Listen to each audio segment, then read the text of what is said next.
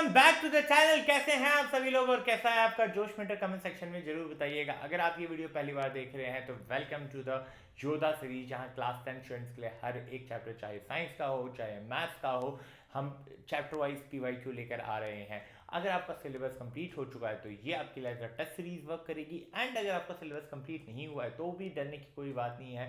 आप इसे as a revision series consider कर सकते हैं, क्योंकि हर एक क्वेश्चन के सिर्फ आंसर नहीं बताए जा रहे, उनसे रिलेटेड कंसेप्ट बताए जा रहे हैं, ताकि जो कंसेप्ट आपको समझ में ना आ रहे हों वो भी आपके क्लियर हो जाएं इसी क्वेश्चन प्रैक्टिस के साथ साथ। तो क्वेश्चन प्रैक्टिस भी हो जाएगी और रिवीजन का रिवीजन भी हो जाएगा।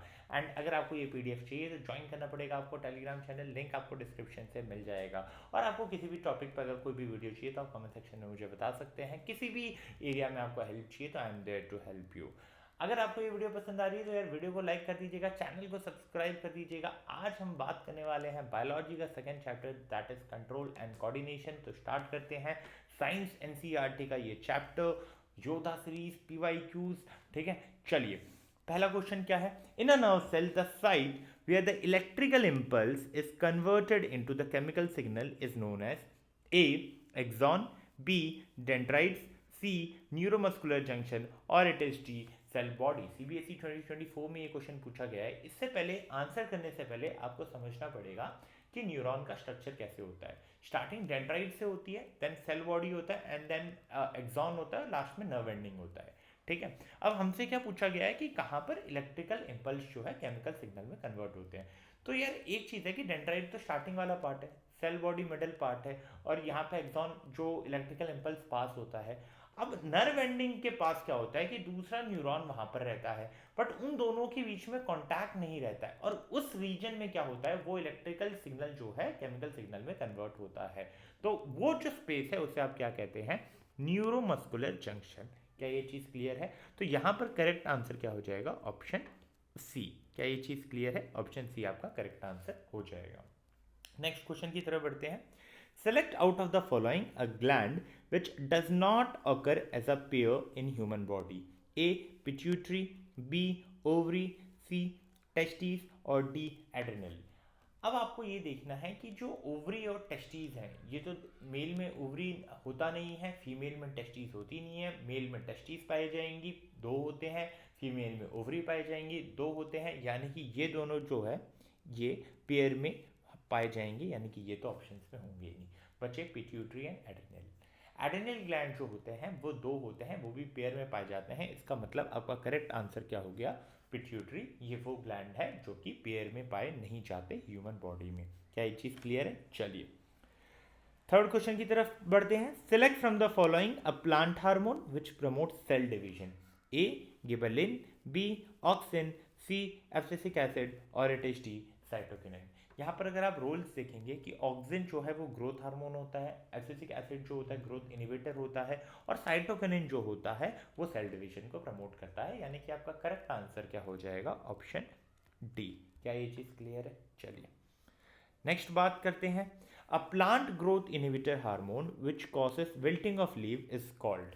ए auxin, B cytokinin, C abscisic acid और डी गिबरलिन। यहाँ पर आपको अब आइडिया आ चुका होगा, क्योंकि थोड़ी देर पहले ही पिछले क्वेश्चन में ही हमने बोला था ग्रोथ इनिबिटर क्या है, एब्सिसिक एसिड। तो विल्टिंग ऑफ लीव्स में एब्सिसिक एसिड का ही रोल होता है। तो करेक्ट आंसर यहाँ पर क्या हो जाएगा, ऑप्शन सी। समझ रहे हो, डायरेक्ट डायरेक्ट क्वेश्चन आ रहे हैं। CBSE 2024 की हैं, डायरेक्ट क्वेश्चन आपको पूछे जा रहे हैं, तो कुछ कुछ चीजें आपको पता होनी चाहिए, वरना ऐसे क्वेश्चन आपसे होंगे नहीं। चलिए next question. Sense organ in which olfactory receptors are present. Okay, olfactory receptors कहाँ रहते हैं यार? नोज में कौन से रिसेप्टर्स होते हैं, ऑल्फैक्टरी रिसेप्टर्स। स्किन में कौन से होते हैं, थर्मो रिसेप्टर्स। टंग में कौन से होते हैं भैया, गस्ट्रेटरी रिसेप्टर्स। और ईयर में कौन से होते हैं, फोनो रिसेप्टर्स। तो आपका करेक्ट आंसर क्या हो जाएगा, ए नोज। नोज में आपके क्या रहेंगे, olfactory olfactory receptor. Okay, skin का भी लिख देते हैं। स्किन में क्या होता है आपका, thermo receptor.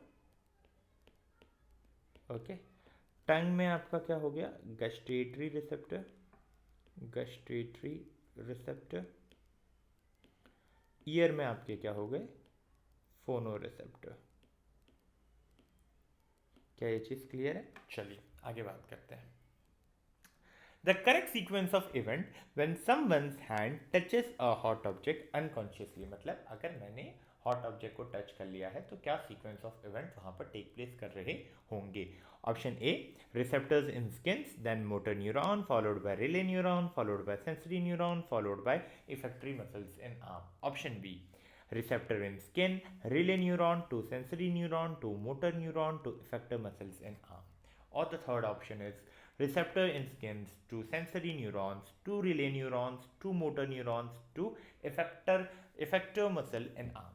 Or it is option D, receptors in skin to sensory neuron to effector muscles in arm to motor neuron to relay neuron. अब देखिए होता क्या है, मान लीजिए मैंने अनकॉन्शियसली किसी भी हॉट ऑब्जेक्ट को क्या किया, टच कर लिया, तो वहाँ पे जो रिसेप्टर्स होंगे वो सेंसरी न्यूरॉन की हेल्प से स्पाइनल कॉर्ड तक मैसेज लेके जाएंगे, वहाँ रिले न्यूरॉन का हेल्प आएगा। Then motor neuron spinal cord से मैसेज लेकर जाएंगे इफेक्टर तक, इफेक्टर फिर रिस्पॉन्स करेगा। तो यहाँ पर अगर मोटर न्यूरॉन देख रहे हो कि रिसेप्टर इन स्किन के पास मोटर न्यूरॉन रोल में आ रहा है, यानी कि ये चीज़ गलत हो गई। यहाँ पे रिले न्यूरॉन आ रहा है, ये चीज़ भी गलत हो गई। यहाँ पे सेंसरी न्यूरॉन आ रहा है, फिर रिले, फिर मोटर, फिर इफेक्टर, यानी कि ऑप्शन सी हो जाएगा, है ना। करेक्ट आंसर आपका क्या हो जाएगा, ऑप्शन सी। चलिए आगे बढ़ते हैं। The movement of sunflower is in a response to a stimulus such as gravity, B chemical, C डेओनाइट और डी वाटर। अब देखिए सनफ्लावर की अगर हम बात करते हैं तो उसमें एक इंपॉर्टेंट क्वालिटी रहते हैं कि वो एनवायरनमेंट में सन को ट्रैक कर लेते हैं, है ना, सन के पाथ को ट्रैक कर लेते हैं, यानी कि जो मूवमेंट हो रही होगी वो that is due to the light. So हम यहाँ पर या तो लाइट होगा तो हम बोल सकते हैं, या तो डे और लाइट लिख सकते हैं। तो यहाँ पर करेक्ट आंसर क्या हो जाएगा, दैट इज सी, डे और लाइट। क्या ये चीज़ क्लियर है। चलिए आगे बात करते हैं नेक्स्ट क्वेश्चन की। It is assertion and reason. Assertion and reason क्या होगा, दो स्टेटमेंट आपको दिए गए होंगे, एक असर्शन का एक रीजन का, उसके बेसिस पे नीचे दिए गए ऑप्शन में आपको सेलेक्ट करना है कि कौन सा ऑप्शन परफेक्टली मैच होगा या सुटेबल होगा, करेक्ट आंसर होगा। असर्शन का स्टेटमेंट क्या कह रहा है, chemical coordination is seen in both plant and animal. Reason का स्टेटमेंट क्या कह रहा है, plant hormones control directional growth whereas in animal growth is never seen in one directional only. Okay, option A कह रहा है both A and R are true and R is correct explanation of A. Option B कह रहा है both A and R are true but R is not a correct explanation of A. Option C कह रहा है A is true but R is false. Option D कहता है A is false but R is true. अब यहाँ अगर मैं assertion वाले स्टेटमेंट को देख रहा हूँ तो वो ये कहना चाह रहा है कि केमिकल कोऑर्डिनेशन दोनों में ही होता है, प्लांट्स और एनिमल में। और हमने ये देखा है कि हार्मोन्स के थ्रू या एनिमल्स में हम देख रहे थे कि आपके वहाँ पर सेंट्रल नर्वस सिस्टम भी है, तो कोऑर्डिनेशन तो दोनों ही हो रहा है। बट यहाँ पर सिर्फ केमिकल कोऑर्डिनेशन की बात की गई है, तो यस प्लांट एनिमल दोनों में ही हो रहा है। रीजन वाला स्टेटमेंट क्या कह रहा है कि plant hormone control directional growth whereas in animal growth is never seen in one directional only. ये सही बात है कि ह्यूमंस में ग्रोथ एक डायरेक्शन में नहीं होती, वो मल्टी डायरेक्शन में होती है, अलग अलग डायरेक्शन में होती है, एक डायरेक्शन में स्पेसिफाइड नहीं होती। बट प्लांट्स में जो होता है वो एक डायरेक्शन में स्पेसिफाइड होती है। करेक्ट स्टेटमेंट है, बट यहाँ पर करेक्ट है, दोनों ही स्टेटमेंट करेक्ट है, तो ऑप्शन 1 एंड 2 ही पिक्चर में है। बट 2 में ये है कि आर का जो स्टेटमेंट है वो ए वाले स्टेटमेंट का करेक्ट एक्सप्लेनेशन है, बट यहाँ ऐसा नहीं है। केमिकल कोऑर्डिनेशन प्लांट और एनिमल में हो रहा है, उसका परफेक्ट रीजन जो है वो रीजन वाला स्टेटमेंट नहीं है, यानी कि ये स्टेटमेंट परफेक्ट रीजन नहीं है, ठीक है। तो यहाँ पर कौन सा ऑप्शन सही हो जाएगा, option B, that is both A and R are true but R is not correct explanation of A. चलिए बात करते हैं नेक्स्ट क्वेश्चन की। In the plant role of cytokinin is A promote cell division, B wilting of leaves, it is wilting of leaves, C promotes the opening of stomatal pore और D help in growth of stem. Okay, हमने cytokinin देखा था जब हम लोग बात कर रहे थे पिछले क्वेश्चन में, 2-3 क्वेश्चन पहले, तो वहाँ हमने पढ़ा था कि यार साइटोकिनिन जो होता है सेल डिवीजन को प्रमोट करता है। तो यहाँ पर क्या हो जाएगा आपका ऑप्शन ए, है ना। चलिए नेक्स्ट क्वेश्चन की तरफ बढ़ते हैं। The part in which gustatory receptors are present in our body is A inner ear, B skin, C tongue, D inner lining of nose. अब गस्टेटरी रिसेप्टर्स बोला गया था तो ये तो टंग्स में होंगे, बात की थी हमने पिछले क्वेश्चंस में, तो टंग करेक्ट आंसर हो जाएगा, option C that is okay. चलिए नेक्स्ट क्वेश्चन की तरफ बढ़ते हैं। Walking in a straight line and riding a bicycles are the activity which are possible due to a part of the brain. कहना ये चाह रहा है कि आप चल रहे हो, साइकिल चला पा रहे हो, किसी एक पार्ट ऑफ ब्रेन के कारण हो पा रहा है।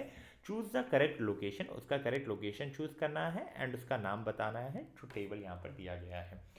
ऑप्शन ए है पार्ट ब्रेन का दिया गया है फोर ब्रेन और नाम उसका दिया गया है cerebrum. Option B mid brain and hypothalamus. Option C hind brain and cerebellum. Option D hind brain and medulla. Okay, आगे बढ़ते हैं। यहाँ पे क्या हो सकता है, देखिए आपको पता होना चाहिए कि पोस्चर रिलेटेड या वॉलंटरी एक्शन रिलेटेड जो पार्ट रिस्पॉन्सिबल है दैट इज सेरिबेलम, है ना। आप चल पा रहे हो, आप बाइसाइकिल चला पा रहे हो, कोई चीज़ चलते चलते उठा पा रहे हो, that is responsible due to the hind brain का पार्ट दैट इज सेरिबेलम। तो करेक्ट आंसर क्या हो जाएगा, ऑप्शन सी करेक्ट है। चलिए आगे बढ़ते हैं। अब वापस से असेशन रीजन आ रहा है। असेशन का स्टेटमेंट क्या बोलता है, a hormone called abscisic acid inhibits growth in plant. ये स्टेटमेंट एब्सोल्युटली करेक्ट है। अगर आप अभी पूरे वीडियो को ध्यान से देख रहे हैं तो हमने बोला था एब्सिसिक एसिड जो होता है वो ग्रोथ इनहिबिटर होता है। रीजन वाले स्टेटमेंट को देखते हैं।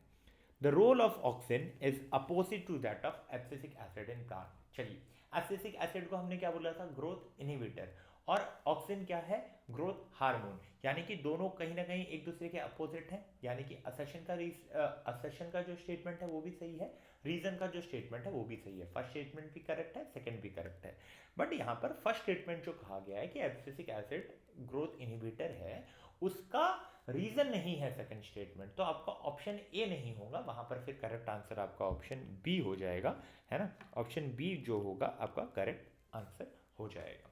चलिए 2023 कंपार्टमेंट में ये क्वेश्चन पूछा गया था, है ना। आगे बढ़ते हैं। How is the movement of leaves of the sensitive plant differ from the movement of root. यहाँ पे दो कॉलम बना लेते हैं, movement of leave, movement of leave, और ये क्या हो जाएगा, मूवमेंट ऑफ रूट। चलिए, लीव का मूवमेंट कैसे हो रहा है भैया, आप अगर ये देखोगे कि इस केस में जो स्टिमुलस होगा वो क्या है, टच है। इस केस में जो स्टिमुलस होगा दैट इज ग्रेविटी, है ना। ये चीज क्लियर हो चुकी है कि एक, अब यहां पर अगर आप इस केस में देखोगे कोई भी ग्रोथ इन्वॉल्व नहीं है, जो मूवमेंट हो रहा है उसमें, बट यहां पर जो ग्रोथ है वो इन्वॉल्व है ना। ये चीज़ क्लियर हो चुकी है कि भैया यहाँ पे टच है स्टिमुलस, यहाँ पर ग्रेविटी स्टिमुलस है। यहाँ पे आपको कोई ग्रोथ देखने को नहीं मिल रहा और यहाँ पर आपको ग्रोथ देखने को मिल रहा है। ये चीज़ क्लियर है ना। चलिए आगे बात करते हैं। Where are auxin synthesize, auxin कहाँ पर सिंथेसाइज होते हैं, रूट टिप्स पे, शूट टिप्स पे जो आपके ऑक्सिन है वो सिंथेसाइज होते हैं। How do they promote phototropism, phototropism यानी कि लाइट के कारण जो मूवमेंट हो रही है। अब देखिए होता क्या है कि एक प्लांट को फॉर एग्जांपल आपने ऐसी जगह रख दिया है जहां पर आपका एक पार्ट जो है वो तो सनलाइट से एक्सपोज हो रहा है और दूसरा पार्ट शेडी रीजन में है। तो जो शेडी रीजन में पार्ट है वहां पर ऑक्सिन का ग्रोथ ज़्यादा होता है। ऑक्सिन का ग्रोथ ज़्यादा होने के कारण वहां पर सेल एलोंगेशन होता है। अब वहां पे ग्रोथ ज़्यादा होता है इसलिए बेंड आगे की तरफ हो जाता है, इसका मतलब लाइट की तरफ हो जाता है ना। इसलिए ये पॉजिटिव फोटोट्रोपिज्म शो कर रहा होता है। पॉजिटिव फोटोट्रोपिज्म यानी कि स्टिमुलस की डायरेक्शन में ही ग्रोथ होना, चेंज होना। तो ये चीज़ क्लियर हो गई कि किस तरीके से फोटोट्रोपिज्म प्रमोट करता है ना। चलिए, ऑक्सिन फोटोट्रोपिज्म प्रमोट करता है। चलिए next question, list two constituents of CNS that is central nervous system. How are these components protected from injuries? B. Right to limitation of the use of electrical impulse. पहले CNS के दो component की बात करेंगे, that is spinal cord हो जाएगा, spinal cord हो जाएगा और दूसरा ब्रेन हो जाएगा। प्रोटेक्ट कैसे होता है, ब्रेन तो भाई स्कल में होता है, क्रेनियम, है ना। उसके अंदर प्रोटेक्टिव लेयर होती है मेनिंग्स की। देन उसमें होता है शॉक अब्जॉर्बर जो होता है आपका सेरिब्रोस्पाइनल फ्लूइड, है ना। तो इतनी सारी चीज़ों से ब्रेन प्रोटेक्टेड रहता है। बात करेंगे अगर स्पाइनल कॉर्ड की तो वहाँ पर वर्टिब्रल कॉलम रहते हैं, है ना। तो इन तरीके से जो आपका ब्रेन होता है और आपका स्पाइनल कॉर्ड होता है, यानी कि आपके दोनों कंपोनेंट आपके सेंट्रल नर्वस सिस्टम यानी कि CNS के प्रोटेक्ट रहते हैं। बी पार्ट में पूछा गया है दो लिमिटेशन आपको इलेक्ट्रिकल इंपल्स के बताने हैं। तो इलेक्ट्रिकल इंपल्स उन्हीं सेल्स में वर्क करेगा जहां पर नर्वस टिश्यू होंगे, नर्वस टिश्यू नहीं होगा तो you can't send electrical impulse. दूसरा एक यहाँ पर ड्रॉबैक ये रहता है कि इलेक्ट्रिकल इंपल्स मान लीजिए आपने भेजा, है ना, वो ट्रांसमिट हुआ, उसके बाद वापस से ट्रांसमिशन के लिए उसको थोड़ा टाइम चाहिए उस मैकेनिज्म को वापस से कैरी फॉरवर्ड करने के लिए, तो एक वो टाइम लैग वाला इशू होता है। तो ये दो ड्रॉबैक्स आप लिख सकते हो, है ना। चलिए यहाँ पर मैंशनड है, आप स्क्रीनशॉट भी ले सकते हो ताकि अपने वर्ड्स में आप एक बार रीड करोगे फिर अपने वर्ड्स में बनाने में आपको ईजी लगेगा। कभी कभी होता क्या है कि मान लीजिए आपको समझ में आ जाता है but you are lack of word, जब आप लिखने चाहते हो तो वर्ड्स नहीं आते, आप हिंदी में पता है आपको बट आप एक्सप्रेस नहीं कर पाते हो एंड यहाँ पर मार्क्स लूज कर देते हो। अब एक चीज होती है कि जब आपको समझ में आ गई ये चीजें तो थोड़ी रीडिंग की आदत डालिए, एनसीईआरटी हो गई, थोड़ा आंसर्स की रीडिंग की आदत डालिए ताकि आपको पता चले कैसे उसे लिखा जाता है ना। चलिए आगे बढ़ते हैं। Taking the example of any two hormones along with their gland of secretion, explain how these hormones help in growth and development as well as regulates the metabolism in the body. Okay, दो hormones की बात करनी होगी। सबसे पहले हम बात कर लेंगे ग्रोथ हार्मोन की। ग्रोथ हार्मोन रिलीज कौन करता है? पिट्यूटरी ग्लैंड रिलीज करता है। रोल क्या होता है ग्रोथ हार्मोन का? भाई ये पूरे ओवरऑल ग्रोथ को देखता है बॉडी के, सेल एलोंगेशन या सेल डिवीजन को प्रमोट करता है, बोन ग्रोथ में हेल्प करता है, मसल डेवलपमेंट में हेल्प करता है, स्पेशली चाइल्डहुड या एडोलसेंस वाला पीरियड होता है उस पीरियड में ये हेल्प करता है। अब मेटाबॉलिज्म की अगर बात करें तो ये मेटाबॉलिज्म को रेगुलेट करता है प्रोटीन सिंथेसिस को इंक्रीज करके, फैट्स को ब्रेक डाउन करके ताकि एनर्जी मिल सके, है ना, और जो बॉडी का ग्लूकोज लेवल है, ब्लड ग्लूकोज लेवल है, उसको मेंटेन करके। क्या ये चीज़ क्लियर है? अब इसके बाद नेक्स्ट हार्मोन की बात करेंगे जो कि रहने वाला है थायरॉक्सिन, जो कि थायराइड ग्लैंड रिलीज करता है।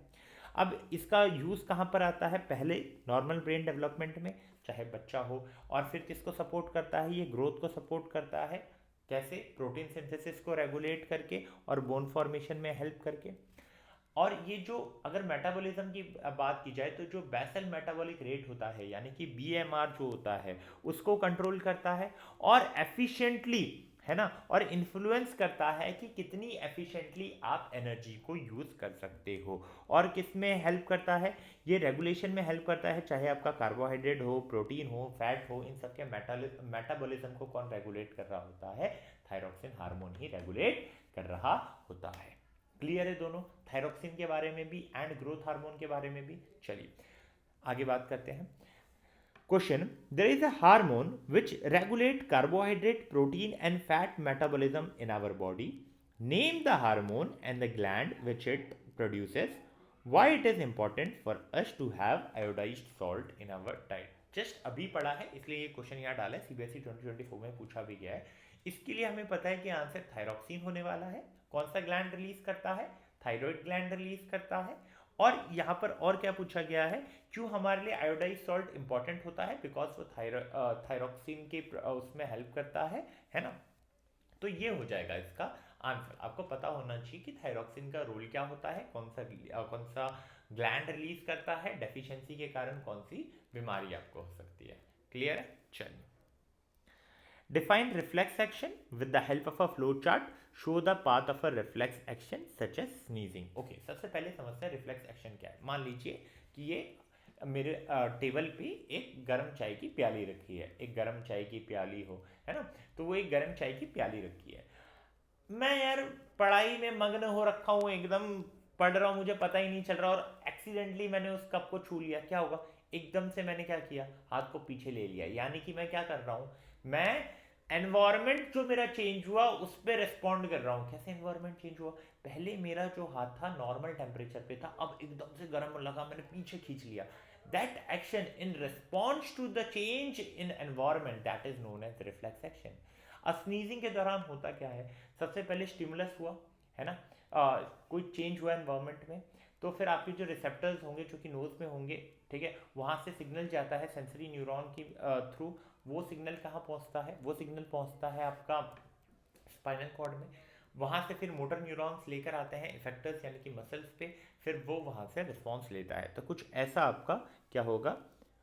पाथवे होगा कि स्टिमुलस हुआ, रिसेप्टर्स जो नोज में है, देन फिर सेंसरी न्यूरॉन स्पाइनल कॉर्ड में गए, वहाँ रिले न्यूरॉन का भी रोल आता है, फिर मोटर न्यूरॉन वो इफेक्टर्स तक सिग्नल लेकर गए एंड देन रिस्पॉन्स हुआ। क्या ये चीज़ क्लियर है? चलिए आगे बढ़ते हैं। Write the role of insulin in regulating blood sugar level in human body. B, how is the timing and the amount of release of insulin in the body regulated? पहले ए पार्ट का answer देते हैं, then B part पे discussion करेंगे। यार ए part में ये पूछा गया है कि इंसुलिन का रोल क्या होता है, तो ब्लड शुगर लेवल को रिड्यूस करने में इंसुलिन का रोल आता है।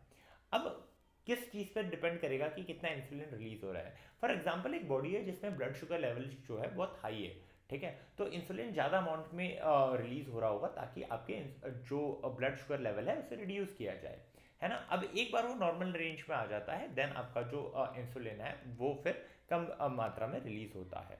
तो that is totally depend on the feedback mechanism. वो बताता है कि यार कोई हार्मोन जो रिलीज हो रहा है तो कितने मात्रा में रिलीज होना होगा। अगर एक्सेस में है तो फिर कम रिलीज होता है, अगर ज़्यादा रिक्वायरमेंट है तो वो ज़्यादा अमाउंट में रिलीज होता है।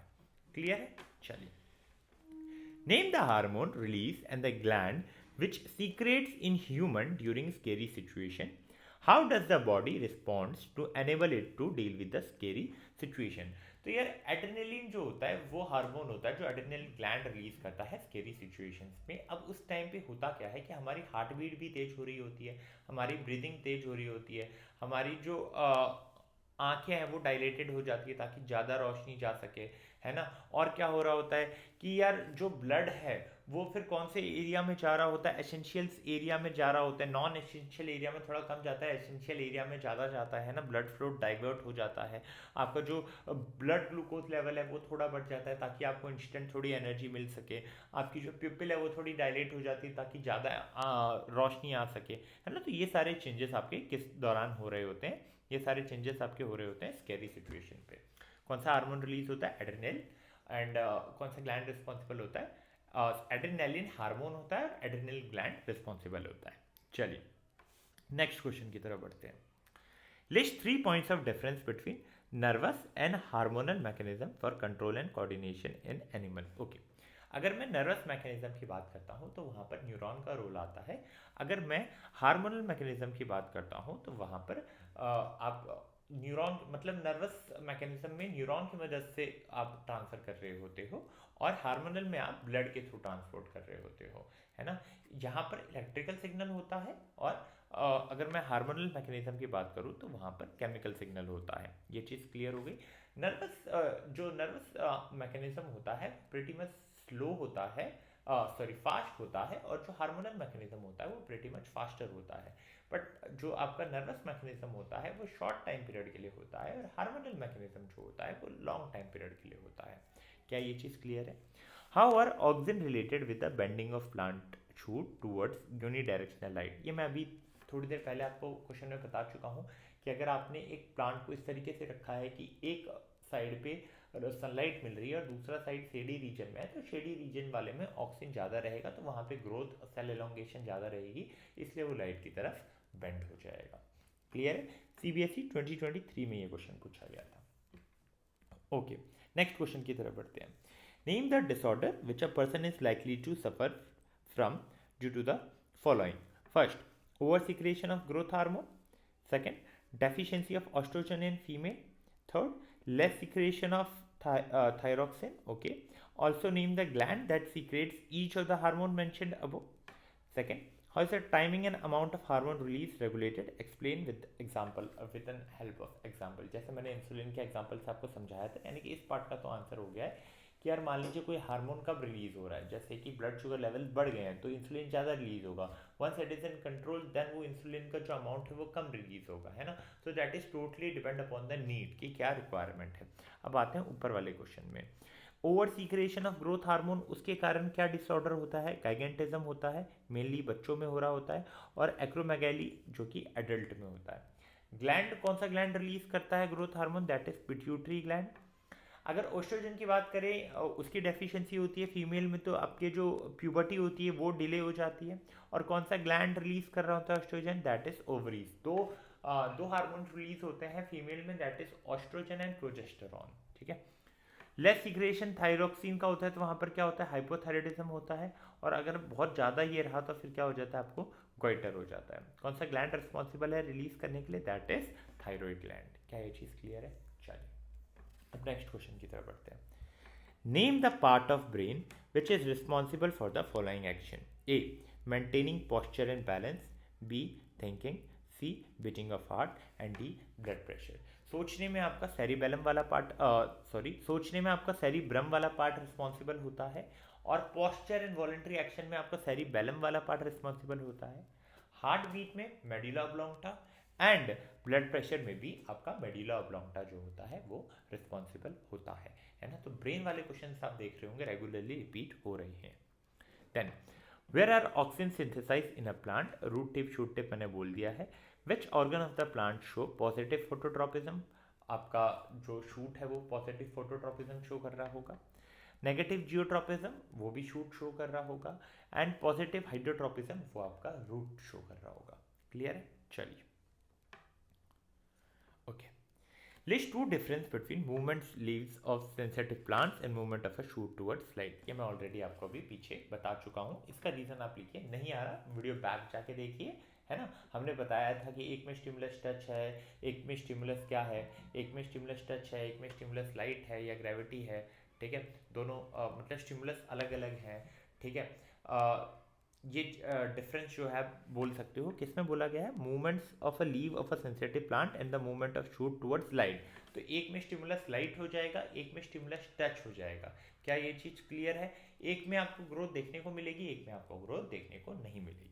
चलिए आगे बात करते हैं। Next question, what happen at synapse between two neurons, state briefly. ये मैंने आपको स्टार्टिंग वाले क्वेश्चन में ही बता दिया था कि क्या होता है कि जब दोनों का सिनेप्टिक जंक्शन आता है या न्यूरोमस्कुलर जंक्शन आता है, वहाँ पर जो इलेक्ट्रिकल सिग्नल्स होते हैं वो केमिकल सिग्नल्स में कन्वर्ट होते हैं, एंड देन फिर दूसरा जो न्यूरॉन होता है उसके डेंड्राइट में ट्रांसफर होता है, वहाँ वो वापस से इलेक्ट्रिकल सिग्नल्स में कन्वर्ट हो जाते हैं।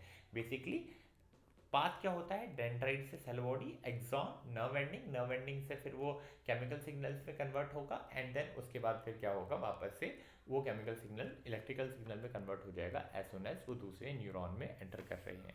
क्या ये चीज़ क्लियर है? चलिए, right the name and the function of the part first and second. ये जो झाड़ झाड़ जैसा निकला होता है दैट इज डेंड्राइट,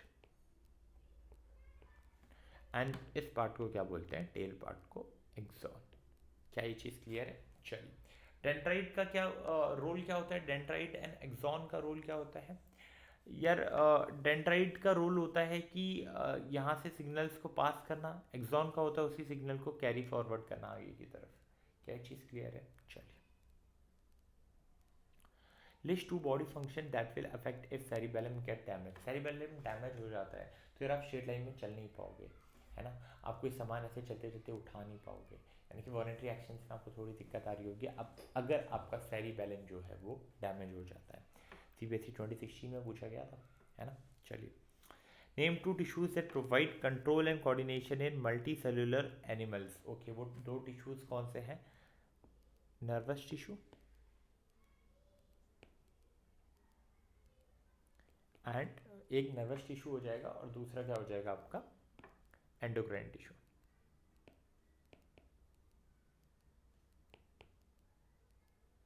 ओके चलिए, how is spinal cord protected, ये हमने ऑलरेडी बता दिया था, वर्टिब्रल कॉलम से प्रोटेक्टेड रहता है।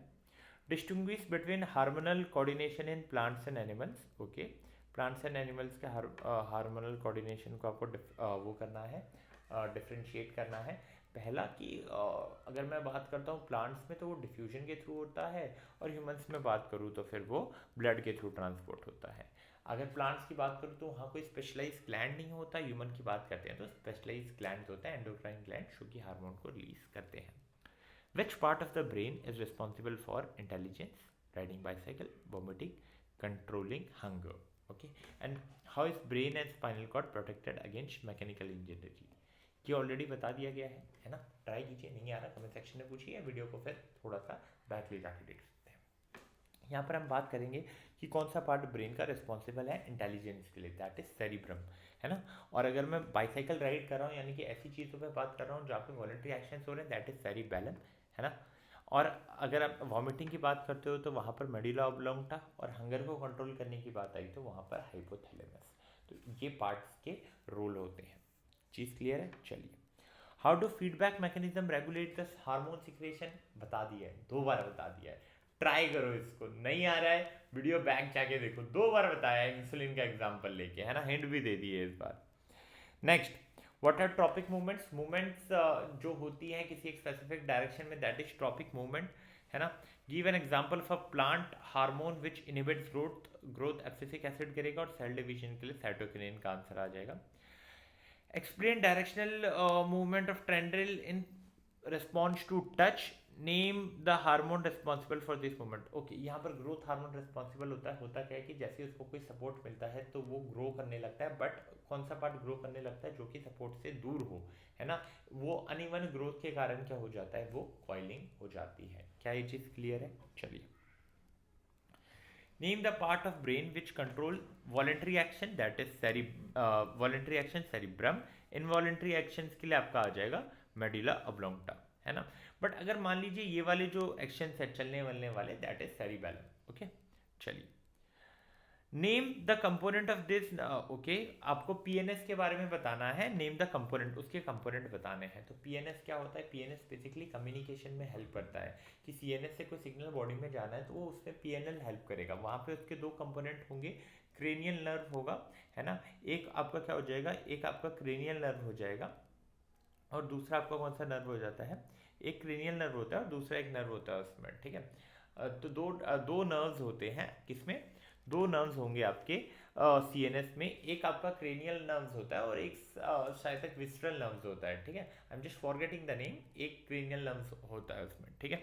एक बार मेरे को कमेंट सेक्शन में बता दीजिएगा कि क्या दो कंपोनेंट्स होते हैं। एक वहाँ पर क्रेनियल नर्व होता ही है, एक क्रेनियल नर्व होता है, ठीक है। चलिए आगे बात करते हैं, आगे बात करते हैं।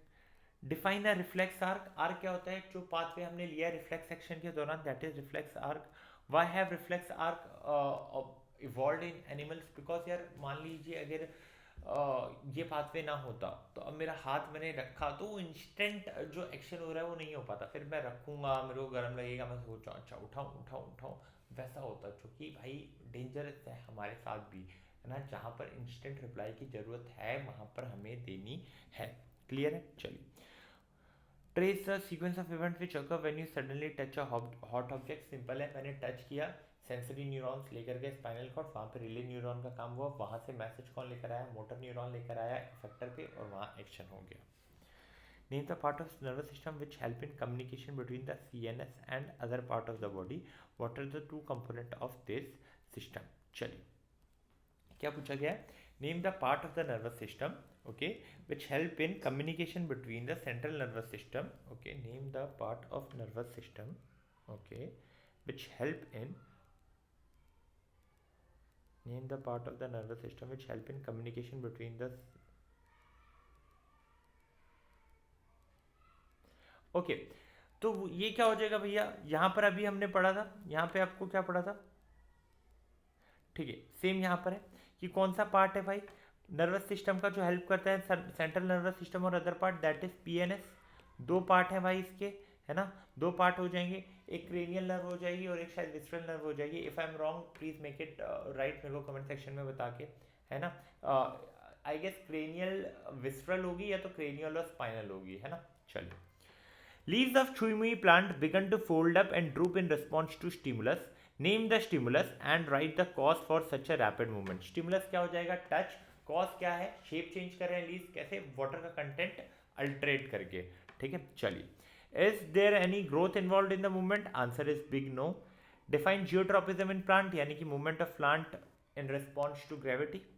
What is mean by positive and negative geotropism? अगर उसकी डायरेक्शन में हो रहा है तो पॉजिटिव जियोट्रॉपिज्म जो कि रूट शो करेगा। अगर मूवमेंट उसकी डायरेक्शन से अपोजिट है ना, स्टिमुलस की, तो ये नेगेटिव जियोट्रॉपिज्म हो जाएगा, दैट इज जो आपका शूट शो करता है। क्लियर है ये चीज?